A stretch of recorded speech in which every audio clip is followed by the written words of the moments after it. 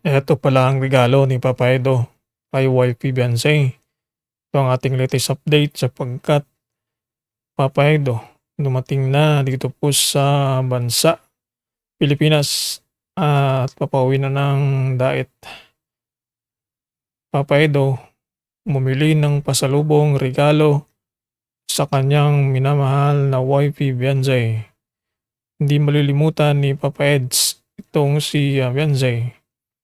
Dahil alam naman natin na sobrang mahal ni Papa Edo si Beyonce at nalulungkot itong si Beyonce na hindi kasama at na-miss itong Hong Kong. Kaya si Papa Edo na lamang ang bumili ng mga kailangan, mga gusto at pasalubong kay wifey Beyonce bilang pagmamahal niya dito. Kaya ito, hindi talaga malilimutan ni Papa Eds itong si Beyonce. Alam natin na minahal niya ng gusto itong si Beyonce at hindi niya malilimutan itong kanyang minamahal. Gayon din ay kahit na anong mangyari ay ipaglalaban ni Papa Eds itong si wifey. At yun nga, dahil maganda ang pasalubong galing Hong Kong ay kailangan na magkaroon ng memorable na mga bagay galing po sa ibang bansa pang pagkaroon ng isang hindi malilimutang bagay na ito ay makapagbibigay ng inspirasyon at dito makita naman natin na si wifey na miss ng Hong Kong pinakita dito po sa ating pong picture na kung saan magkasama itong si Papa Eds at wifey noong last year sa Hong Kong. Kaya namimiss ni wifey itong Hong Kong.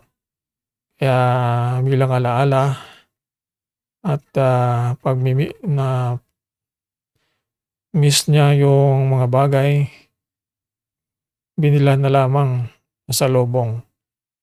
Natural lamang ito sa magsyota na kung galing ka sa isang lugar ay hindi mo malilimutan na bigyan ng regalo o maalaala mo ang iyong minamahal na bilhan ng regalo para maramdaman niya na special tong mga bagay na ito. At memorable tong mga bagay na binili galing sa ibang bansa at ito ay may sentimental value kung maibigay mo na sa iyong minamahal. Hindi rin malilimutan ni Beyonce ang pinagsamahan nila ni Papa Eds doon po sa Hong Kong at ang mga supporters. At hindi rin yan magtatagal ay magkasama na muli itong dalawa. At sila naman ibang bansa kung matutuloy ito pong Korea trip ni Beyonce at Edo, EDC trip in Korea. Ito ang ating pag-aabangan. Sunod nating update sa EDC kung ano ang mga plano trip to Korea sa ating sunod na update ito sa ating channel. Si Papa Edo na lamang ang bumili ng mga kailangan, mga gusto at pasalubong kay wifey Beyonce bilang pagmamahal niya dito.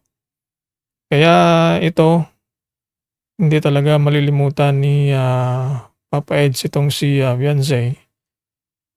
Alam natin na minahal niya ng husto 'tong si Beyonce at hindi niya malilimutan 'tong kanyang minamahal. Gayon din ay kahit na anong mangyari ay ipaglalaban ni Papa Eds itong si wifey. At yun nga, dahil maganda ang pasalubong galing Hong Kong ay kailangan na magkaroon ng memorable na mga bagay galing po sa ibang bansa pang magkaroon ng isang hindi malilimutang bagay na ito ay makapagbibigay ng inspirasyon. At dito makita naman natin na si wifey na miss ng Hong Kong, pinakita dito po sa ating pong picture na kung saan magkasama itong si Papa Eds at wifey noong last year sa Hong Kong. Kaya nami-miss ni wifey itong Hong Kong. Kaya bilang alaala at na miss niya yung mga bagay, binilhan na lamang sa pasalubong. Natural lamang ito sa magsyota na kung galing ka sa isang lugar ay hindi mo malilimutan na bigyan ng regalo o maalaala mo ang iyong minamahal, na bilhan ng regalo para maramdaman niya na special 'tong mga bagay na ito. At memorable 'tong mga bagay na binili galing sa ibang bansa at ito ay may sentimental value kung maibigay mo na sa iyong minamahal. Hindi rin malilimutan ni Beyonce ang pinagsamahan nila ni Papa Eds doon po sa Hong Kong at ang mga supporters. At hindi rin yan magtatagal ay magkasama na muli itong dalawa. At sila naman ibang bansa kung matutuloy ito pong Korea trip ni Beyonce at EDC trip in Korea. Ito ang ating pag-aabangan. Sunod nating update sa EDC kung ano ang mga plano trip to Korea sa ating sunod na update ito sa ating channel.